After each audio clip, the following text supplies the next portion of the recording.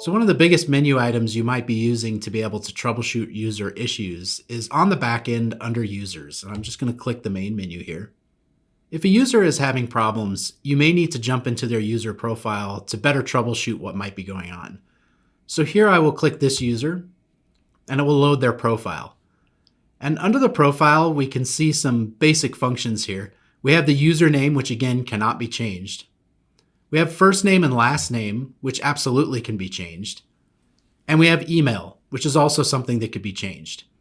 So if you need to update an email, let's say they typed an email and it's typed incorrectly and you just need to update that here, or they want a name or nickname changed and you're doing that for the user, you can make the changes here. And then at the very bottom of the page, it says update user. Be sure to always save any edit you've made on this page. So just remember to save before you contact the customer again. Some of the other common things that we do with customers is reset their password. In some cases, you may have a user that's really struggling with the forgot password, or they just haven't attempted it because they would rather have you help them with their password issue. You can set a new password here, save the user, send them the password, and I encourage using the language temporary. So you would simply tell the user, here's a temporary password, encouraging them to change the password on their My Account page the next time they log in. This solves the problem most of the time, and you can assign any password you want to, or the system will automatically generate a new password. Another area is course enrollment. So here we can see this user has Unpacking Posture, Horse and Rider. This is a product they've purchased.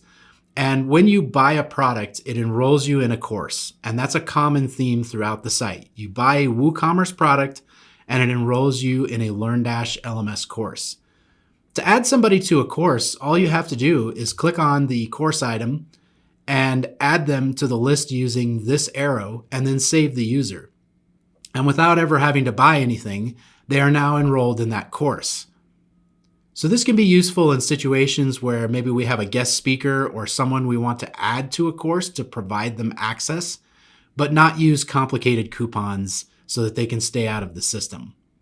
This is also a way that we can fix problems that might come up. Let's say we had somebody register and for whatever reason, they just didn't get into the course. So you can see a receipt, you can see that they actually purchased the product, but for whatever reason, they were not added to the course enrollment. So you can do that here. In the future, we're going to be using group enrollment as a membership tool and as a tool for learning paths, as well as a tool for access to advisory committees. So right now we don't have any group usage. So right now we really don't use groups, but in the future we're definitely going to be doing that. And that's another area here. The nice thing about a group is that it will enroll a person in multiple courses, which is a very efficient way to be able to sell large groupings of content. Down here under course progress details, if you get information from somebody, maybe they're struggling with finishing a knowledge check or they just have some type of issue that's related to course progress, come down to course progress details and you can check everything they've done on a site. It's all time-stamped, so you can see what they're doing, and every time they try an attempt at a knowledge check, that will also be included here.